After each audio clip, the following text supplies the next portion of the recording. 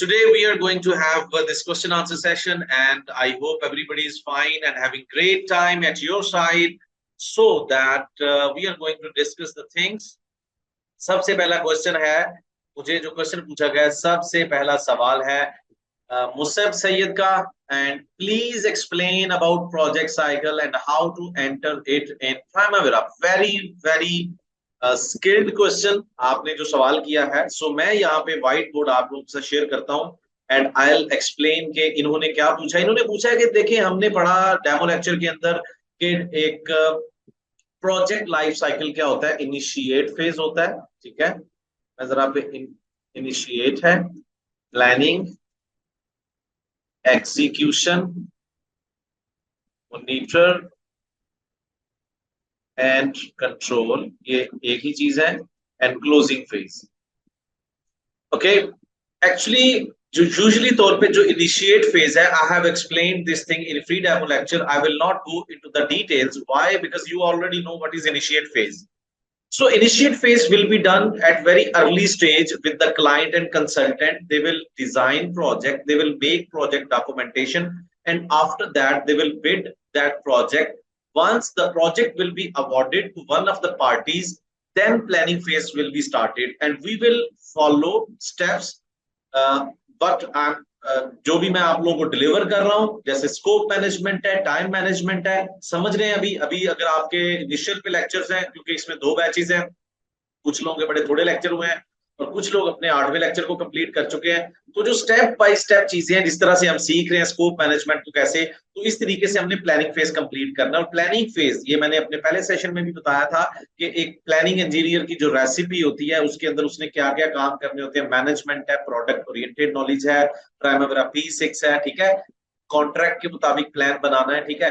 तो प्लानिंग आपने जब कर ली तो प्लानिंग फेज तो हो गया ना, यहां से आपने प्लानिंग स्टार्ट की, प्लानिंग आपने कर ली अपनी प्राइमवेरा P6 के अंदर। ऑब्वियसली शेड्यूल तैयार करेंगे, सीपीएम होगा, तो ये तो मैं डिलीवर कर रहा हूं। अगला क्वेश्चन ये है कि एग्जीक्यूशन, जब एग्जीक्यूशन आएगी तो आप प्लानिंग के अंदर जो एक शेड्यूल प्रिपेयर कर चुके होंगे उसको लॉक कर देंगे, उसको डॉक्यूमेंट को सेव कर लेंगे। प्राइमवेरा P6 के अंदर ही ये स्पेशलिटी है कि बेसलाइन के तौर पे आप उसको सेव कर लेंगे। एग्जीक्यूशन के अंदर साइट से डाटा लेंगे, ये अभी हम पढ़ेंगे चीजें, लेकिन मैं एक्सप्लेन कर देता हूं क्वेश्चन की मदद को कंसीडर करते हुए। साइट डाटा आप लेंगे, ठीक है, प्रोग्रेस रिपोर्ट्स बनेगी एक्सेल के अंदर, उनको प्राइमवेरा P6 के अंदर इनपुट करेंगे। फिर प्राइमवेरा P6 हमारी इस बेस लाइन जो हमने यहाँ पे डॉक्यूमेंट सेव किया होगा उसके अगेंस्ट इसको लेके आएगा, ठीक है, समझ रहे हो। एक्चुअल डेटा वो भी हम सीखेंगे, डोंट वरी। प्रोग्रेस को अपडेट कैसे करते हैं, ठीक है, ये सारी चीजें हम सीखेंगे। अब एग्जीक्यूशन फेज भी आ गया उसमें प्राइमवेरा P6 के अंदर। एक अगर मैं अभी मैं वो सारी चीजें करके तो नहीं दिखा सकता, बट मैं आपको कॉन्सेप्ट बता सकता हूँ ना, वो तो हम पढ़ रहे हैं सारी चीजें। अब मॉनिटर एंड कंट्रोल कैसे होगा? जब हम अपनी बेसलाइन के अगेंस्ट, एक तरफ हमारे पास बेसलाइन है, दूसरी तरफ हमारे पास एक्चुअल डाटा होगा, तो इसको हम क्या कर रहे हैं, प्राइमवेरा P6 के अंदर इनकॉर्पोरेट कर रहे हैं। एग्जीक्यूशन का मतलब क्या है? जो साइट के ऊपर एक्चुअल में हमारा प्लान स्टार्ट हो चुका है, हमारी प्लानिंग के मुताबिक काम स्टार्ट हो चुका है, अब हम उसका डाटा लेके प्राइमवेरा P6 के अंदर डालेंगे। उस हम प्रोसेस को कहते हैं मॉनिटर एंड कंट्रोल, क्योंकि हम देख रहे हैं, प्रोजेक्ट की मॉनिटरिंग कर रहे हैं। और अगर कहीं पे ज्यादा मसले हैं, काम स्टार्ट करना था 1 जनवरी को बट इट इज डिलेड, सो हम उसको प्रोजेक्ट को डिले होने से कैसे रोकेंगे? तो इस सारे स्टेप को कहेंगे कंट्रोल। मॉनिटर देखना जो भी हो रहा है, उसको प्राइमवेरा P6 के अंदर आके अपडेट करना, मॉनिटर। कंट्रोल, उसके मुतालिक प्रेजेंटेशन देना, उसके मुतालिक स्टेक होल्डर को बताना, क्लाइंट को बताना कि भाईजान ये मसले आ रहे हैं, तो मिल बांट के आगे चलना, डिसीजन, उसको हम कहते हैं कंट्रोल, ठीक है। क्लोजिंग, फिर आपका प्रोजेक्ट जब कंप्लीट हो जाता है तो उसकी कुछ फॉर्मेलिटी होती है, प्रोजेक्ट का शेड्यूल कंप्लीट हो जाता है। इसको मैं एक और पैराए से आपको समझाऊंगा, एक मिनट जरा। जैसे क्रिकेट मैच होता है, ठीक है ना, तो क्रिकेट के अंदर ऐसे ही समझें कि ये आपको ग्राफ बहुत दफा मतलब देखने को मिलता है भाई, ये वाला ग्राफ, कि एक टीम क्रिकेट खेल रही है, पहली इनिंग के अंदर उसका ग्राफ इस तरह से बना, ठीक है। आप सबको बगैर बताए, मैं बस समझता हूं कि सबको, इंडिया पाकिस्तान के हम लोग हैं, क्रिकेट हमारे खून में है, ठीक है ना, तो सबको पता है इस ग्राफ का मतलब क्या है, समझ रहे हो ना, सबको पता है ना क्या है मतलब। ये आपका स्कोर होता है, ठीक है, ये आपका स्कोर है और ये आपके ओवर है। आपको मैं अगर बताऊं कि आपने भाई के किस ओवर में कितना रन था, तो आप इसको ऐसे इंटरपोलेट करके तो ये आप कहेंगे अच्छा जी इतना रन बना था इस ओवर में। सिंपल, सही है ना। अब ये हमारी बेस लाइन होती है, ठीक है। यही इसी तरह का कैश फ्लो बनेगा प्राइमरी P6 के अंदर, ठीक है।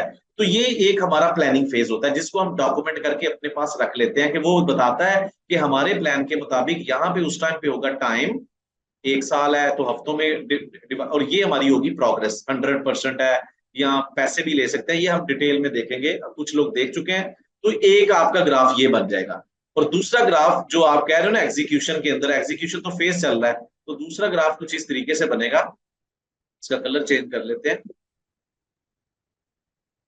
दूसरा ग्राफ जैसे क्रिकेट के अंदर होता है कि दूसरी टीम चेज कर रही होती है, वो कभी अच्छा रन बनाए तो ये इस तरह, तो ये प्लानिंग हो गई, ये आपका एग्जीक्यूशन हो गया। अब इससे आप अंदाजा लगा सकते हो कि यहाँ पे हम बड़ा अच्छा काम कर रहे हैं, इससे ज्यादा प्रोग्रेस है हमारी, ठीक है। ये सारी इंप्लीमेंटेशन कहलाएगी। जो हम अर्नड वैल्यू मैनेजमेंट पढ़ेंगे, इस तरह के ग्राफ आएंगे, तो वो सारी मॉनिटर एंड कंट्रोल के अंदर आती है, ठीक है। तो क्रिकेट से इसको मैं बड़े अच्छे तरीके से रिलेट इसलिए करता हूं क्योंकि वाकई हम प्रोजेक्ट मैनेजमेंट में भी ऐसे कैश फ्लोज बनाएंगे, जैसे दो टीमें खेलती हैं, प्लानिंग फेज का एक होगा और एक एग्जीक्यूशन का, उससे इजीली विजुलाइज हो जाएगा। तो क्रिकेट की एग्जांपल इसलिए देते हैं कि कल को क्रिकेट मैच के अंदर आपको अगर देखने को मिले दोनों टीमों का comparison, so you can also understand यार प्लानिंग में भी ऐसे ही होता है। तो कॉन्सेप्ट तो वो है ना कि वो टीवी से भी आप सीख रहे हो, सिर्फ मैच नहीं देख रहे हो, ठीक है। तो ये 5 चीजें जिनको आपने प्राइमरी P6 के अंदर लेके चलना है, ठीक है। सेकंड क्वेश्चन है जी,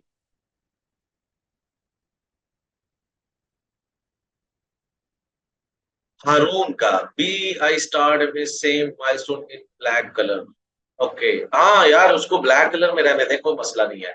अच्छा, बी आई ये डेट्स के मुतालिक बेस लाइन है यार, ये बेस लाइन स्टार्ट, ये कुछ खाली स्टार्ट, कॉन्सेप्ट सारे सेम ही है, ठीक है। चाहे फिनिश लिख लें और इधर भी फिनिश, इसका मतलब क्या है, जो हम प्लान तैयार कर रहे हैं ना, प्राइमरी P6 के अंदर क्या है कि हम प्लानिंग फेज के अंदर जो काम करेंगे, ये उसकी डेट को स्टार्ट करेगा। ऑब्वियसली अब यहाँ पे समझने की जरूरत है, एक काम मैंने प्लान किया वो 15 मार्च से स्टार्ट होगा, ये मेरा प्लान है, लेकिन वो एक्चुअल में 18 मार्च को स्टार्ट हुआ, तो 16 मार्च उसकी क्या होगी, BL start, base line start, planning phase की। और जो 18 मार्च को जो एक्चुअल में साइड के मुताबिक हुआ, वो सिर्फ ये वाला हमारे पास कॉलम होगा, हम कॉलम्स के अंदर जाके इसको देख सकते हैं। तो ये एग्जीक्यूशन को शो करेगा, ठीक है, ये एग्जीक्यूशन को शो करता है, उसका कॉलम है, और ये वाला जो है ये हमारा प्लानिंग फेज का कॉलम, ठीक है। और क्वेश्चन है जी, क्रिएट, मुझसे अभी आपने कौन सा लेक्चर लिया, मैंने सबसे पहले WBS क्रिएट करना सिखाया है, शायद आपका कौन सा लेक्चर है अभी, आप लेक्चर समझ लें, सेकंड लेक्चर के अंदर ये एक्सप्लेन किया हुआ है मैंने। WBS का मैं बता देता हूँ, वर्क हाँ break down structure to divide your project into sub components. मिसाल के तौर पे ये देखें, आपका ये प्रोजेक्ट है जी, मुझसे पूछे। हाँ सर मैं ये बोलना चाह रहा था, वो WBS तो मुझे पता है, लेकिन वो शुरू में एक्चुअली मैं जब उसको क्रिएट करना चाह रहा था तो थोड़े से प्रॉब्लम्स आ रहे थे। तो बाद में वापस से ट्राई किया तो हो गया था वो, लेकिन बस एक वापस से मैं जरा आपकी तरफ से जानना चाह रहा था कि थोड़ा सा एक जनरल डिस्क्रिप्शन आप वापस से एक बार WBS का दे देना तो थोड़ा सा और मुझे समझने में आसानी हो जाए। ठीक है, ठीक है, देखें WBS क्या चीज है, थोड़ा सा विजुलाइज, ये एक आपका मैं एक जनरल सी एग्जांपल देने जा रहा हूँ। ये आपका एक प्रोजेक्ट आपने तैयार करना है, तो हमारे लिए बड़ा एक जेनेरिक सी चीज होती है कि यार ये एक मतलब बहुत बड़ा बॉक्स मैंने बना दिया, आपने ये बॉक्स कंप्लीट करना है। तो एक नेचुरल जो एक WBS की फॉर्मेशन है, उसके पीछे एक ह्यूमन साइकोलॉजिकल कॉन्सेप्ट भी है कि जब हम न्यूज़पेपर पढ़ते हैं, जब हम बुक पढ़ते हैं, अगर तो उसमें कोई हेडिंग नहीं होगी तो क्या होगा, आप बोर हो जाएंगे। आप किसी भी चीज को, प्लानिंग का मतलब ही है कि अच्छे तरीके से, अगर कल को मैं आपसे पूछता हूं कि भाई मुझे मुसब एक प्रोजेक्ट है एयरपोर्ट का, तो ऑब्वियसली एयरपोर्ट का प्रोजेक्ट होगा, तो उसमें कौन कौन से काम है, सिविल का है, मैकेनिकल का है, HVAC का है, ठीक है, प्लम्बिंग, ठीक है, इलेक्ट्रिकल, पाइपिंग, फायर स्टेशन, ठीक है।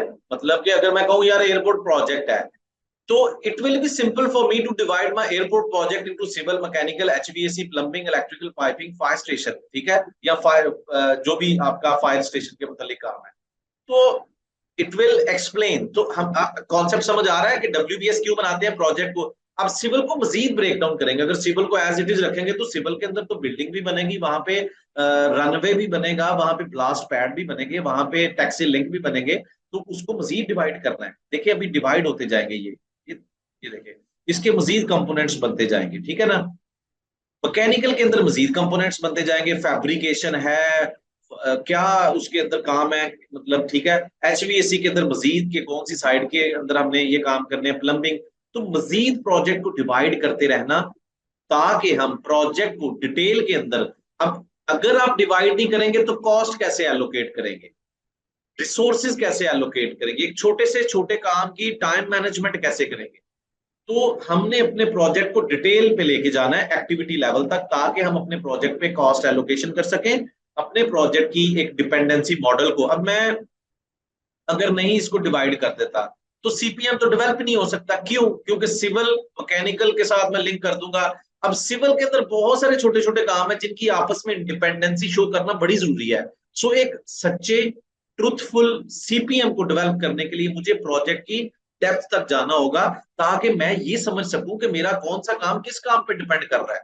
मुझे कितना सिविल का काम करना है तो मेरा मैकेनिकल का काम स्टार्ट हो जाएगा। तो प्रोजेक्ट के अंदर ये जो स्ट्रैटेजी होती है इसको इंप्लीमेंट करने के लिए डब्ल्यूबीएस से लेके एक्टिविटी बनानी बहुत जरूरी है। ठीक हो गया।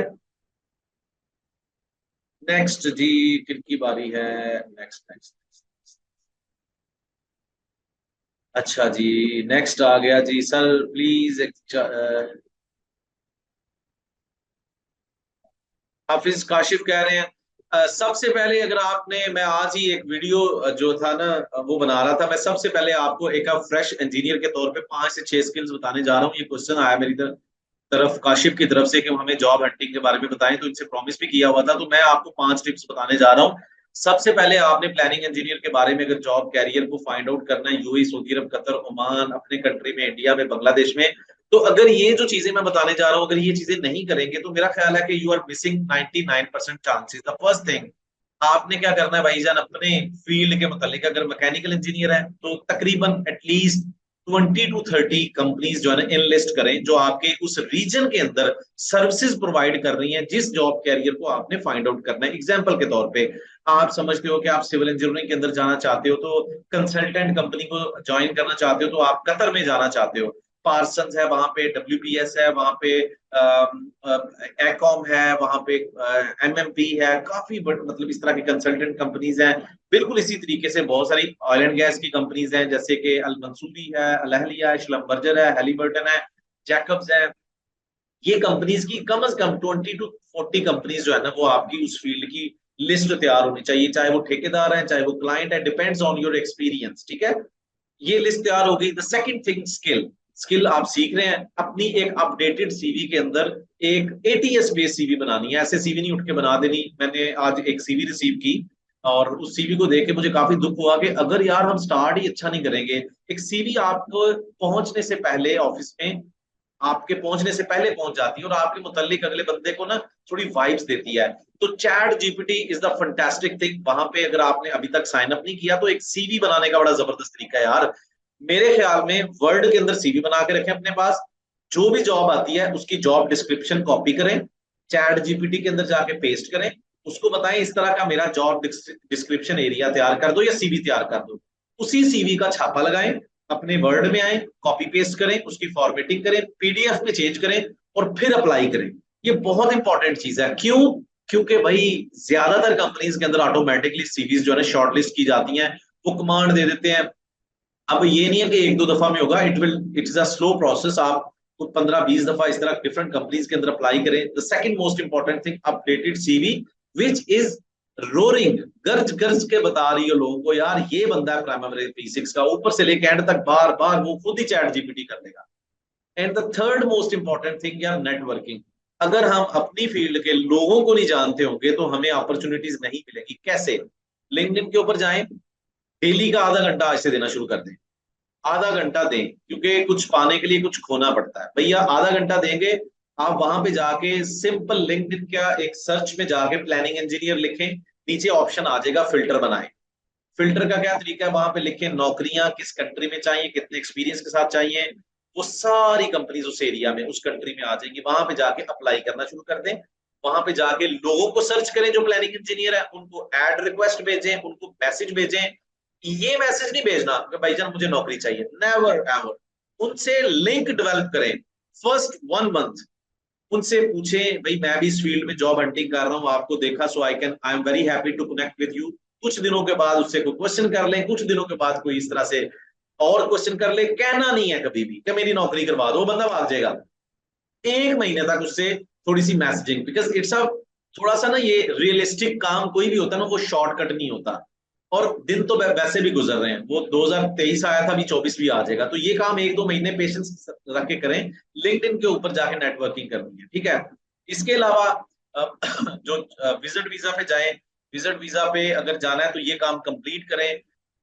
जो जॉब पोर्टल्स है, अगर विजिट वीजा पे नहीं जा सकते तो जॉब पोर्टल्स पे साइन अप करें, जैसे कि इंडीड है, ग्लास डोर है, पेड.com है, ठीक है। इस तरह के बहुत सारे आपको मिल जाएंगे, उन पे जाके डेली बेसिस पे नौकरियों के ऊपर अप्लाई करें। और साथ में अगर आप समझते हो अच्छा यार मुझे तो पैसे नहीं मिल रहे, मेरी तो नौकरी नहीं हो रही, तो फ्रीलांसिंग प्लेटफॉर्म्स हैं, अपवर्क, मैं इसमें, मुझे एडमिन को बताइएगा, फाइवर, इसके बेसिक मॉड्यूल्स आपसे शेयर कर देंगे। इसके ऊपर जाके अपना प्रोफाइल बना के प्राइमरी P6 प्लानिंग इंजीनियर के तौर पे अपनी सर्विसेज देने के लिए अपने प्रोफाइल को डेवलप करना शुरू करें। इसका फायदा क्या होगा, आप अच्छी नौकरी कर रहे हो, आपको इसका पता चल जाएगा, यू हैव ऑप्शन। आपकी नौकरी नहीं है, आप इस पे जाके कुछ ना कुछ उम्मीद की किरण आपके लिए आ सकती है, आपको काम मिल जाए, आपको डॉलर्स आएंगे, आपको अच्छा लगेगा, आपको एक्सपीरियंस भी मिलेगा। You can mention that experience in your CV कि आप वेले नहीं पाकिस्तान में भी बैठे हो, आप काम कर रहे हो, आप किसी से बात करोगे, किसी की बात सुनोगे, 4 बंदे आपको रिजेक्ट करेंगे तो आपको समझ आएगी कौन सी बात पर रिजेक्ट किया, मेरे साथ डिस्कस कीजिएगा। सो ये एक तरीकाकार है जिससे आप अपने लिए अच्छी जॉब अपॉर्चुनिटीज डेवलप कर सकते हैं। And next question is, milestone का रंग काला है, यार काला रहने दो, कोई मसला नहीं है, it doesn't matter. Sir please give us exercise, exercise भी मिलेगी रेस्क्यू में, यूनिट और स्टैंडर्ड रेट क्या चेंज करते हैं? जी जी बिल्कुल, रिसोर्सेज में यूनिट और स्टैंडर्ड रेट, ये सजावल नजर है, ये मेरा ख्याल है लेक्चर है, कौन से लेक्चर पे हैं आप सजावल, जो बताएं मैं उसके हिसाब से, क्योंकि 2 सेशंस है, तो अगर तो आपने अभी पढ़ा नहीं है तो फिर मैं उस हिसाब से बताऊं। अब्दुल्ला रियाज कह रहे हैं critical path should be starting from first activity and ending at very last activity and the float should be zero, meanwhile it does not depend upon number, is this right? Yes, yes, it is only depending upon the duration, CPM, critical path method।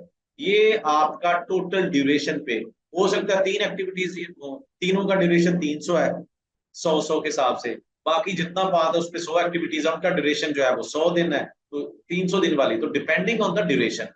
Yes that's right. How to create WBS, मसो मैंने ये बता दिया, please share industry links, ये भी बता दिया। Can please define charter of project, charter have how many steps? Charter क्या होता है कि जब आपका प्रोजेक्ट इनिशिएट फेज में होता है, PMP के अंदर इसमें डिटेल में बताया जाता है, ये एक डॉक्यूमेंट होता है जिसके अंदर आपके प्रोजेक्ट की एक फिजिबिलिटी रिपोर्ट होती है कि आपका प्रोजेक्ट वायबल है या नहीं, इसकी फाइनेंशियल ब्रेकडाउन कैसे होगा, इसकी टेक्निकल जो कंपोजिशन है, जो स्पेसिफिकेशन है वो क्या है, वो हायर लेवल पे डॉक्यूमेंट की जाती हैं। ये मीटिंग्स होती है क्लाइंट की, कंसल्टेंट के साथ, कुछ सर्वेज होते हैं, कुछ आपकी टेक्निकल रिपोर्ट्स होती हैं, प्लानिंग से पहले वाला ये फेज होता है। लेकिन ये एक डॉक्यूमेंट होता है जो प्रोजेक्ट का अप्रूव्ड होके, जिसकी बेस पे आपके प्रोजेक्ट को वैल्यू दी जाती है। बिल्कुल हाफिज साहब, बिल्कुल इन दोनों को किया जाता है, ये हमारा लेक्चर अगला आएगा आपके लिए रिसोर्स लेवलिंग का, ये बिल्कुल प्राइमरी P6 के अंदर किया जाता है। Hafiz Kashif, resource levelling can be control in P6 only through overtime management, और we have some crashing and fast tracking. Manual तरीके भी हैं, रियलिस्टिक शेड्यूल को चेक करने का, शेड्यूल तो बना लिया, अब हवा में तो नहीं बनाया कि पता चले कि एक एक्टिविटी को, वही बात है ना रिसोर्स ओवर एलोकेशन की, तो बिल्कुल फास्ट ट्रैकिंग है, क्रैशिंग है, इसकी मदद से हम कर सकते हैं लैब। और प्राइमरी P6 के बड़े जबरदस्त तरीके हैं। ये बजट,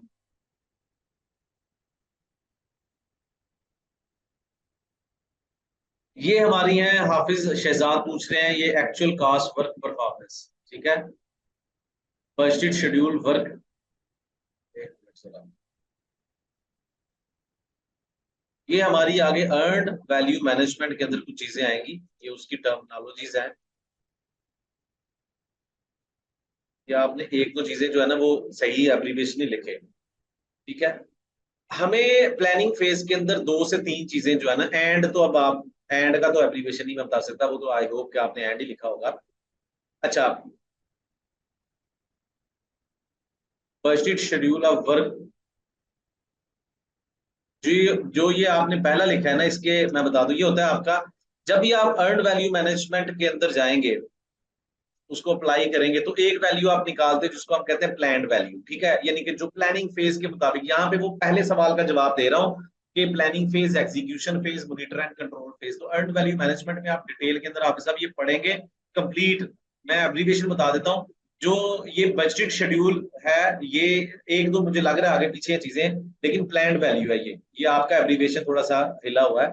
लेकिन जो budgeted schedule of work performed, ये ठीक है, ये अर्न वैल्यू है। ये आप समझेंगे अगले लेक्चर्स में जाके, 13वें 14वें लेक्चर में ये। और जो एक्चुअल कॉस्ट वर्क परफॉर्म, मैं आपको बताता हूँ ये सिंपल सा काम क्या है। ये एक्चुअल, किसी भी एक दिन हम जब प्रोजेक्ट की प्रोग्रेस कैलकुलेट कर रहे होंगे ना, तो किसी भी एक डेट को हम ये वाली वैल्यू देखेंगे कि बेस लाइन के मुताबिक हमने क्या सोचा हुआ था। इसको इस तरह से सोचने की कोशिश करें, हमने प्लान बनाया इस्लामाबाद जाने का, और 3 घंटे 4 घंटे में हम लाहौर से इस्लामाबाद पहुंचेंगे। इसके मुताबिक 2 घंटे बाद हम आधा रास्ता जो है ना, या कलर कहार पहुंच जाएंगे। सिंपल, ये प्लान के मुताबिक ऐसा है, ठीक है ना। लेकिन अगर हम 2 घंटे बाद देखें यार कहाँ पे पहुंचे हैं, अभी तो हम तकरीबन लाहौर से निकले ही हैं, तो ये क्या होगा, अर्नड वैल्यू। अर्नड वैल्यू का मतलब क्या है, ये हो जाएगा अर्नड वैल्यू। प्लान के मुताबिक कलर कहां पहुंचना था, समझ रहे हैं। लाहौर से इस्लामाबाद के दरमियान जो एक लोकेशन आती है, मुझे नहीं पता वो दरमियान में है पहले, लेकिन मैंने नाम इसलिए ले दिया ताकि आप कॉन्सेप्ट को समझें।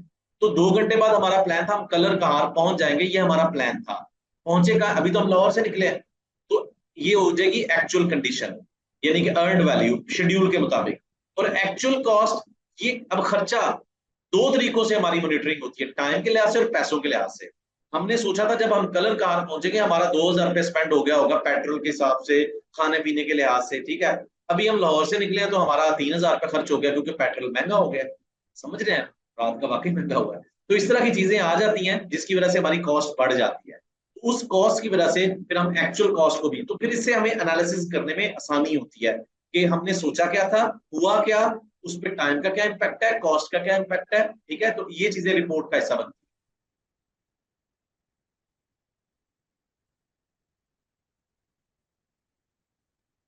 नहीं, कमेंसमेंट डेट जो होती है, ये क्वेश्चन है जी कमेंसमेंट डेट, और इसका मतलब ये नहीं, कमेंसमेंट डेट होती है प्रोजेक्ट की स्टार्ट डेट, और कंप्लीशन डेट प्रोजेक्ट की एंड डेट होती है। हाफिज साहब की सवाल है, get S curve without ups and downs in a real project is it. अगर आपने देखे, सिंपल सी चीज है हाफिज साहब, अगर आपने यूनिफॉर्मली, मैं सिंपल सा है, आपने कहा फ्लक्चुएशंस के बगैर एस कर्व कैसे मिलेगा, तो ये बड़ी सिंपल सी चीजें हैं। आप मुझे इस सवाल का जवाब दें, अगर एक टीम खेल रही है तो उसका फ्लक्चुएशन के बगैर एस कर्व कैसे आएगा। एस कर्व हमेशा, ये सबके लिए कॉन्सेप्ट बता रहा हूं, why we call S curve as S curve. सबसे पहले ये समझने की कोशिश करें। एस कर्व, ये देखें ना, इसकी shape is just like S. It's not like कि मैं अपनी मर्जी से इसको बना रहा हूं, ये एक्चुअली नेचुरल एक फिनोमेना है कि जब भी हमारा प्रोजेक्ट स्टार्ट होगा, मैं आपको यहाँ पे थोड़ा सा ये लिख दूं, ये देखें,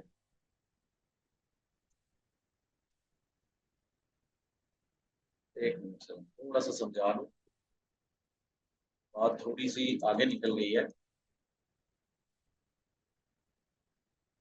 ये आपका 10 महीने का प्रोजेक्ट है, और इसको आप कह लो 150, ये आपका 0, ठीक है।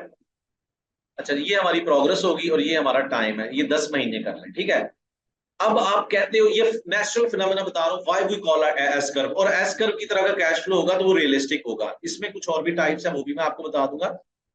देखिए, जब भी आपका प्रोजेक्ट स्टार्ट होता है ना, तो स्टार्ट होते सारी वो बिल्कुल मारा मारी नहीं हो जाती कि बिल्कुल हर काम, ऐसा नहीं होता। आपका जब प्रोजेक्ट स्टार्ट होता है बेसिक लेवल के काम कर रहे होते हो, जैसे मोबिलाइजेशन है, जैसे कि साइट सेटअप है, जैसे कि छोटे मोटे काम। अगर रोड वर्क है तो ऑब्वियसली आपने अपनी टीम डिप्लॉय करनी है, तो काफी सारा टाइम गुजर जाता है। तो इसका मतलब है खर्चा हमारा क्या होता है, कम कम चल रहा होता है। जब आपका प्रोजेक्ट थोड़ा टाइम गुजार लेता है, फिर काफी सारे काम स्टार्ट हो जाते हैं, शुरू में थोड़े से काम स्टार्ट होने होते हैं, फिर उन कामों के ऊपर बहुत सारे काम डिपेंड कर रहे होते हैं, फिर एक टाइम पे काफी, तो फिर खर्चा बढ़ता है। तो देखें 2 महीने पहले प्रोजेक्ट के 2 महीने कम खर्चा था, ये हमने इतने पैसे 2 महीने में खर्च किए। अगले 4 महीने के अंदर देखें आपकी, अगले 2 महीने के अंदर आपकी स्पेंडिंग ज्यादा हो गई। और जब 6 महीने गुजर जाएंगे तो देखें, 8 महीने गुजर जाएंगे तो देखें, फिर एंड पे आपका, तो इसका मतलब है शुरू में आपका प्रोजेक्ट जो है शुरू वाली टाइमलाइन में थोड़ा सा फ्लैट होगा।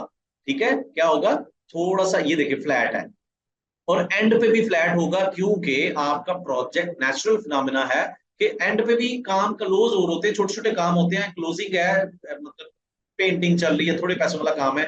तो ये जो डिस्ट्रीब्यूशन होती है ना आपके पैसों की, ये आपके प्रोजेक्ट की जो स्ट्रेटजी होती है, याद रखें जो आपने प्लान बनाया, मेरा काम ये तब स्टार्ट होगा, मेरा ये काम इस टाइम स्टार्ट होगा, जो एक स्ट्रेटजी है, उसी स्ट्रेटजी की बेस पे आपके प्रोजेक्ट पे डिस्ट्रीब्यूशन होगी, ठीक है ना, पैसों की, और उसी तरह से एस कर्व बनेगा।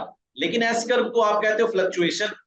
फ्लक्चुएशन इसलिए जरूरी है यहाँ पे, शुरू में आपका कम काम होता है तो कम पैसों की स्पेंडिंग है, ठीक है, और दरमियान में आपका काम पीक पे होता है, ये यहां से लेके यहां तक, क्योंकि इसमें सबसे ज्यादा काम होगा, सारे काफी सारे काम शुरू हो चुके होते हैं। सो अगर जॉब इंटरव्यू के अंदर नेक्स्ट टाइम आपको कोई क्वेश्चन पूछता है कि why we call S curve as S curve, so let him know कि भाई when we start our project there are not too much activities we are going to start, we have too many slow working processes, we are having site setup, we are deciding about resource hiring, so that's why there is a flat curve, and then peak one like S, जो भी दरमियान वाला इसका वो curve होता है, because उस time period के अंदर बहुत सारे काम स्टार्ट हो चुके होते हैं, so we have too much spending, and end पे फिर फ्लैट ही है, फ्लैट पोर्शन है, बिकॉज अगेन क्लोजिंग फेज पे छोटे छोटे काम।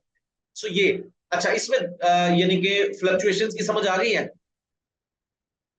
अगला सवाल, Mohsin Sulairi sir, would be phase, please do us a favour to conduct interviews for few participants so we can have idea how does it work and where we stand. जी जी बिल्कुल बिल्कुल बिल्कुल, ये भी मैं आपका करूंगा, लेकिन आज आज आज आज आज चलें जी, मुझे सवालों के जवाबों का इंतजार है। प्रशांत, इन व्हाट एक्सटेंट साइड और onside knowledge expected from planning engineer, project control engineer. Side का नॉलेज बिल्कुल आपको उसमें इंटरेस्ट लेना है, आपको अपनी प्रोडक्ट डेवलपमेंट साइकिल को कंप्लीट करना है। अगर आप बिल्डिंग बना रहे हैं तो आपको पता होना चाहिए, मैंने उसके जो वर्क पैकेजेस बनाए उसकी डिपेंडेंसी का कौन कौन से फैक्टर्स हैं, मुझे स्ट्रक्चरल पॉइंट ऑफ व्यू से क्या चीजें देखनी है, तो टेक्निकल चीजें डिस्कस करते रहा करें, आपको पता होना चाहिए डिपेंडेंसी के तौर पे, रिसोर्सेज के तौर पे कि प्रोडक्टिविटी क्या है, ये बहुत अच्छे तरीके से आपको पता होना चाहिए, रिसोर्सेज कौन कौन से यूज होंगे और काम की सीक्वेंस क्या है, ठीक है। सो अभी मैं सवाल करने लगा हूं जी, कौन बंदा सवाल का जवाब देगा। मेरा पहला सवाल है आज का एक जॉब इंटरव्यू के हिसाब से। मुझे कौन है जी विलिंगली, अपने अपने माइक को, क्योंकि विलिंगली मैं इसको कंडक्ट कर रहा हूँ, मुझे कोई बंदा है इसमें थोड़ा सा विलिंग तो मुझे बताएं, मैं मुझे नाम दे, क्योंकि कुछ बहुत सारे लोग फ्रेश भी हैं इसमें, तो आई डोंट वांट कि उनको थोड़ा सा हो गया यार मुझे क्यों पूछ लिया। तो इज देयर एनीबडी, पूछो सवाल। ओके, अब्दुल्ला रियाज, अब्दुल्ला रियाज आपके लिए पहला सवाल, जीतो पाकिस्तान, कोई सोना शोना नहीं मिलना यहाँ पे सिर्फ एप्रिसिएशन होगी, ठीक है Abdullah, thank you for showing up in video, I am really excited. अच्छा मुझे ये बताएं कि बीइंग अ प्लानिंग इंजीनियर, आपने एक प्लान तैयार करना है प्राइमरी P6 के अंदर। सो आपको प्रोजेक्ट की जो स्टार्ट और कंप्लीशन डेट्स हैं और प्रोजेक्ट के डिफरेंट कंस्ट्रेंट्स हैं, ये कहाँ से पता चलेंगे। सर ये जो डॉक्यूमेंट मिलेगा जो अच्छा बोले, बहुत कम आवाज आ रही है। सर ये जो स्टार्ट जो सारी इस तरह की डेट्स हैं जो हम पहले क्लाइंट के साथ और डिजाइनर के साथ मिलके जो डॉक्यूमेंट्स प्रिपेयर करेंगे ना, उधर से हमें ये चीजें मिलेंगी। सर आवाज आ रही है? समथिंग समथिंग समथिंग, मैंने कहा एक सवाल का जवाब इसको बड़ा टू दी पॉइंट होना चाहिए, टू दी पॉइंट करें, वो एक डॉक्यूमेंट होता है, वहां से हमें सारी चीजें मिलेंगी। Sir contract documents. Yes yes yes yes, contract. अच्छा नेक्स्ट क्वेश्चन, मुझे मुझे डब्ल्यू में एक नया प्रोजेक्ट है, मुसब से सवाल है। Musab, you have not done that project before, you are a fresh engineer, मैं आपको क्यों जॉब दूं, आपको प्राइमरी P6 आता है, आपने कहा दैट्स फैंटास्टिक, लेकिन आपने प्रोजेक्ट नहीं किया, आपको प्राइमरी P6 आता है, आपकी सीवी पे मैंने देखा ट्रेनिंग ली हुई है, ओके दैट्स फाइन, लेकिन अगर मुझे बिल्डिंग का एक WBS तैयार करवाना है तो आपकी क्या अप्रोच होगी, उसका WBS कैसे तैयार करेंगे आप?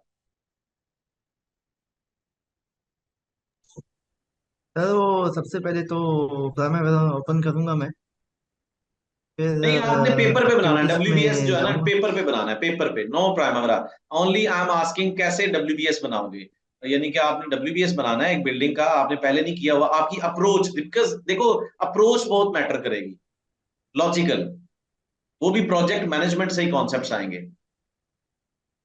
अपनी अप्रोच खुल के बताएं, नो प्रॉब्लम। सबसे पहले तो सर इसमें ये जो जैसे कि जॉब रोल थे इंजीनियर के लिए, सिविल इंजीनियर का जॉब रोल हो गया, मैकेनिकल इंजीनियर का जॉब रोल हो गया, इलेक्ट्रिकल इंजीनियर का हो गया, और जो आर्किटेक्चर वर्क हो गया प्रोजेक्ट का। तो उसमें सबसे पहले जो हर वक्त सिविल का ही काम सबसे पहले शुरू होता है। तो सिविल वर्क का जो वर्क ब्रेकडाउन होगा, जैसे कि एक्सकेवेशन हो गया, बिल्डिंग के अंदर एक्सकेवेशन हो गया, या फाउंडेशन वर्क हो गया, फिर फर्स्ट फ्लोर सेकंड फ्लोर के अंदर जो भी कॉलम्स होंगे, okay okay, slab fine work fine, होंगे, तो ऐसा करके। That's fine, fantastic. समीउल्लाह जब जी। जवाब देना चाह रहे हैं, मैं थोड़ा सा, मुझे आइडिया हो गया, आपको पता है इसका, मैं फिर इस पे ब्रीफ देता हूँ जी। समीउल्लाह आप बताएं। अस्सलाम वालेकुम सर। WBS से रिलेटेड ही बताऊं इसी क्वेश्चन का आंसर? जी जी, इसी का बताएं, approach, I want check approach, that's it. So हम BOQ से देखेंगे और उसको मेजर कैटेगरीज में डिवाइड करेंगे सीक्वेंसली। सबसे जो बेसिक चीज हमने इसको फॉलो करनी है, हम सबसे बेसिकली उसका सीक्वेंस देखेंगे कि फर्स्ट ऑफ ऑल हम कौन सी कैटेगरी और कौन सा वर्क को इनिशिएट करने वाले हैं, उसके हिसाब से अकॉर्डिंगली हम उसको डिवाइड करके फिर सब डिवाइड करते जाएंगे, कैटेगराइज करते जाएंगे according to according to fields. For example, if we are going to build a building, so there are electrical works. First of all, there is civil works, then we go for mechanical works, electrical works, and finishing works. Like that, we will divide all the works into major work breakdown, and afterwards, in each field, we will divide all the subcategories of the breakdown of the work. And और उसके last में जो okay, हमसे सब देखिए जब यहाँ पे एक कॉन्सेप्ट ले लें मेरे से। जॉब इंटरव्यू में हम गलती पता क्या करते हैं, कभी भी इंटरव्यूअर को ना आपने घुमाना नहीं है। ये भाई टिप लिख लें, ये कोई कोर्स का हिस्सा नहीं है। ये भी जिस बच्चे ने मुझे सवाल पूछा था ना, मैं अप्रिशिएट करता हूँ कि उसने, अब्दुल्ला रियाज थे, और उसने बड़े अच्छे तरीके से मुझे सवाल पूछा कि हमें एक्सपीरियंस हो, तो एक्सपीरियंस दे रहा हूँ आपको। भैया कभी भी सवाल का जवाब इतना सही, दोनों ने सही बताया। तो अब मुझसे थोड़ा सा सीखने की जरूरत है आपको। तो यहाँ पे मैं आपको ये बताने जा रहा हूँ, टू दी पॉइंट जवाब देना है। जितना इंटरव्यूअर को घुमाएंगे ना वो बोर होगा, और फिर उसको और सवाल करने का मौका मिलेगा, तो अपने मुंह से उसको मौका नहीं देना कि यार वो एक और मुश्किल सवाल पूछ ले। अपनी अप्रोच चेक करनी है कि उसने पूछा कि WBS कैसे तैयार करोगे, उसको सिंपल 2 लाइनों में जवाब दो, सर BOQ, आपने सही कहा BOQ, और कुछ जरूरी डॉक्यूमेंट्स लूंगा। और अगर फिर भी मुझे समझ नहीं आएगी तो जो इस प्रोजेक्ट पे लोग ऑलरेडी हैं उनसे डिस्कस करके मैं उस प्रोजेक्ट के डिफरेंट WBS पैकेजेस बना लूंगा। जैसे कि बिल्डिंग के अंदर थोड़ा सा एक्सप्लेन करना है तो बिल्डिंग के अंदर सर सिविल का काम होगा, स्टोरी वाइज इसको डिवाइड कर लेंगे। उसके अंदर मैकेनिकल के काम होंगे, प्लम्बिंग के, HVAC के, इलेक्ट्रिकल के, तो इस तरीके से बन जाएगी। और अगर मुझे कहीं पे जरूरत पड़ेगी तो मैं अपनी टीम से भी राब्ता करूंगा, और फिर मैं डॉक्यूमेंट्स को भी पढ़ के उससे। तो ये देखें, ये क्या है, आप उसको अप्रोच दे रहे हो, एक ही सवाल में उसको बता रहे हो कि आपको पता है यार, इंडस्ट्री के अंदर काम करने वाले लोगों को ना जो एक वर्क मैनर है ना उसका बड़ा होता है कि यार ऐसा बंदा मिले, चाहे उसको कुछ भी नहीं आता वो सिखा लेंगे, लेकिन वर्क मैनर के एक लॉजिकल अप्रोच बहुत जरूरी है। तो ये एक आपके लिए बहुत इंपॉर्टेंट टिप है। आपने उसको घुमाना, बोर नहीं करना, टू दी पॉइंट। अगर नहीं आपकी समझ लो कि प्रैक्टिस हो रही, तो इसको और ज्यादा करें, अपने आप से सवाल करके अपने आप को जवाब दें, खुद ही पता चल जाता है। मेरा अगला सवाल किसी भी बैच नंबर 110 या 109 वाले बच्चे से है, क्योंकि उनके लेक्चर हो चुके काफी। मुझे ये बताएं कि अगर ये बैच नंबर 111 वालों से नहीं है, क्योंकि दे आर वेरी न्यू, उन्होंने भी ये पढ़ा नहीं है। तो सवाल ये है, अगर आपके प्रोजेक्ट का टोटल ड्यूरेशन क्या है, ये बड़ा इंपॉर्टेंट क्वेश्चन पूछा जाता है। आपके प्रोजेक्ट का टोटल ड्यूरेशन 365 डेज है, 1 साल, ठीक है। आपके प्रोजेक्ट को आपने लिंक कर दिया, क्रिटिकल पाथ बन गया, और आपने देखा जो फ्लोट आ रहा है, फ्लोट की एक अमाउंट होती है ना नॉन क्रिटिकल एक्टिविटीज के ऊपर, तो ये आपकी आ रही है तकरीबन 80 डेज। तो क्या इसका क्या आप करेंगे, क्या कैसे इसको मतलब एक्सप्लेन करेंगे? 80 डेज आ रही है, ये बड़ा प्रैक्टिकल सवाल है, मुझे आपने एक्सप्लेन करना है। 80 days good one, not good, क्यों 80 डेज आया, 80 डेज आना चाहिए या नहीं, इंडस्ट्री की एक रिक्वायरमेंट क्या है। 80 टू 100 कर लें, मल्टीपल होते हैं ना, 80 टू 100 डेज कर लें। मैं एक फिगर नहीं देता कि कई किसी का 75 है, एक पाथ है उसका 80 है, एक का 100 है, तो 80 टू 100 डेज आ रहा है। तो क्या ये लॉजिकल है, क्या आप समझते हैं? अभी तक 8 लेक्चर पढ़ने के बाद सीपीएम को जितना समझे, जिन्होंने अभी तक नहीं किया वो जस्ट एक्सपीरियंस के तौर पे सुने लाजमी। आपके भी रास्ते में ये लेक्चर है, आने वाला है, तो इंशाल्लाह it will help you.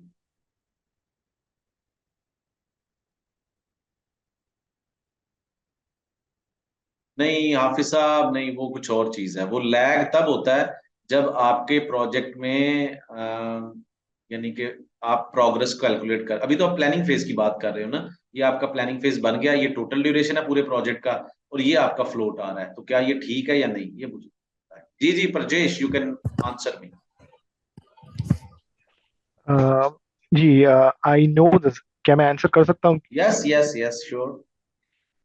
Float of positive 80 to 100 days is never recommended क्योंकि वो ज्यादा है. The only float, maximum float that is recommended for a project is only 42 days. And if I get a float of 80 to 100 days, मैं बोलूंगा कि long lead items का Why अगर 40 float है days? तो Why 40 days? Why 40 days? maximum 42 days. That is only recommended because Can for you tell some me? items. Yeah, you are absolutely right. But can you tell me like a percentage to, like, you know, आपका अगला project 10 साल का हो सकता है, उसमें भी 40 days है, या there is a percentage to total duration? Critical path, No no, I know I'm asking, about. ये 40 डेज हर तरह के, अगर यहाँ पे if I make duration over here 720 days, again it will be 40 days float. No, there is a percentage. I'm not. मैं Yes. उतना sure. Yes, I don't know that percentage. You are right. You are right. You are right. So, guys, it's very important. Every project will carry float maximum from 10 to, it depends. Actually, there is a flexibility 20%. Okay, it depends with the consent of client. Client के साथ आप जमा करवाते हैं, so they can tell अच्छा जी ठीक है, तो 10 to 20% it can move on. ठीक है, so जो भी आपके प्रोजेक्ट का टोटल ड्यूरेशन है उससे 10 to 20% should be the float. If it is more than 20% and then it means there is hypothetical kind of linkage in your project schedule, so you need to recheck. Okay, there is maybe some extra something unrealistic kind of duration there, linkage हो सकता है, तो उसको आपको recheck करना पड़ेगा. So duration must be 10 to 20%. ठीक है, फ्लोट. मोहसिन आपका लेक्चर अभी कौन सा है? आबिद अली का भी क्वेश्चन ग्रेट सर, आपका क्वेश्चन भी सही है. अच्छा मोहसिन, आपका लेक्चर कौन सा है? मैं वो सवाल, आपका आपका आपका सेशन कौन सा है मुझे बता दें. अभी आपने पढ़ना है, मैं आपको एक्सप्लेन कर देता हूँ फ्लोट क्या होता है. फ्लोट का मतलब ये होता है कि, वैसे तो मतलब है कि something non living thing is actually on water, floating, swimming and all that. Okay, but there is a certain path जो अभी आप पढ़ेंगे, because your batch is 111 so you have to study lecture number 5 yet, so don't worry, I will explain everything, don't worry, don't take too much tension. अभी जो हम कर रहे हैं तो उसको थोड़ा सा ध्यान दें, ठीक है, क्योंकि काफी डिटेल में मैं चला जाऊंगा फिर. हाफिज हाफिज साहब, फ्लोट की एक परसेंटेज होती है, कोई भी प्रोजेक्ट होता है ना, उसकी एक स्टैंडर्ड है, आपके जो प्रोजेक्ट का ड्यूरेशन है उसका 10% या से लेके 20% तक फ्लोट आना चाहिए जब भी आप सीपीएम डेवलप करेंगे. तो जो लोग अभी लेक्चर नंबर 2 और 3 पे है ना, वो भी सेशन का हिस्सा बने हुए, ताकि उनको एक्सपीरियंस मिले अपने सीनियर्स को देखने का कि कल को उनसे भी इस तरह से सवाल, तो इसलिए मैंने उनको ऐड किया. But don't get stuck on float, अगर आपने भी नहीं पढ़ा, हम पढ़ेंगे. डोंट फ्लोट अभी पढ़ेंगे आप साहब. आप, float is just like tolerance, yes yes, but not tolerance. आपने किसी सवाल में ये जवाब नहीं दिया. फ्लोट क्या है? एक फ्लेक्सिबिलिटी है. फ्लेक्सिबिलिटी क्या है कि किसी भी काम को, अगर हम, एक लिमिट होती है उसमें कितना डिले कर सकते हैं प्रोजेक्ट में, टाइम के लिहाज से 10 दिन डिले कर सकते हैं, तो वो पूरी एक फॉर्मेशन होगी, शीट शेयर करूंगा मैं आपके साथ, पढ़ाऊंगा इवन के, तो वो फ्लोट है. कोई मसला नहीं आप सब, कोई, आई एंजॉय इट के आप सवाल अच्छे अच्छे कर रहे हैं. Thank you very much. So guys ये था हमारा, मैं आपको आज का लिंक भी शेयर करता हूँ और उम्मीद करता हूँ कि वीकेंड पे एक और सेशन कर लेंगे। आज मैं भी थोड़ा सा, काफी सवालों के जवाब थे, तो एक और सेशन करेंगे इंशाल्लाह वीकेंड के ऊपर, जो इसी तरह का होगा, जिसमें मैं आपको सवाल करने का मौका नहीं दूंगा, उसमें मैं ही आपसे करूंगा, आप नहीं करेंगे, सिर्फ मैं करूंगा। Same something like serious kind of thing, ठीक है? तो उसमें काफी सारे और भी लोग होंगे, तो I will be conducting on weekend hopefully और मंडे, ठीक है? LD, liquidity damages, you mean Mohsin? LD, liquidity damages are something like London Dreams, late delivery. Yes, yes, yes, yes, late delivery, everything. देखो आपके पास एक activity को delay करने का 10 दिन का टाइम है, तो वो 10 दिन क्या होगा, फ्लोट है। तो अगर आप अपनी डिलीवरी को लेट करेंगे 5 दिन, तो फ्लोट कम हो गया ना, तो फर्क पड़ रहा है। अगर 10 से ऊपर चलेगी तो वो एक्टिविटी क्रिटिकल होके डिले कर देगी प्रोजेक्ट को। Delay, yes, delay is only, yes, नहीं नहीं, क्रिटिकल पाथ एक ही होगा। क्रिटिकल पाथ जैसे बहन भाइयों में बड़ा भाई या बड़ी बहन या जो बड़ा होता है वो एक ही होता है, बाकी सारे छोटे कई होंगे, तो छोटे पाथ कई होंगे, इसमें बड़ा एक ही होगा पाथ, वही क्रिटिकल पाथ होगा। वाह क्या कॉन्सेप्ट है, ये समझने की कोशिश करें बड़े भाइयों सिबलिंग के कॉन्सेप्ट में। क्रिटिकल पाथ बड़ा भाई या बड़ी बहन जो सबसे बड़ा है, ठीक है, वो सीपी है। सब बाकी छोटे कितने हैं? अब ऐसे हो सकता है आपसे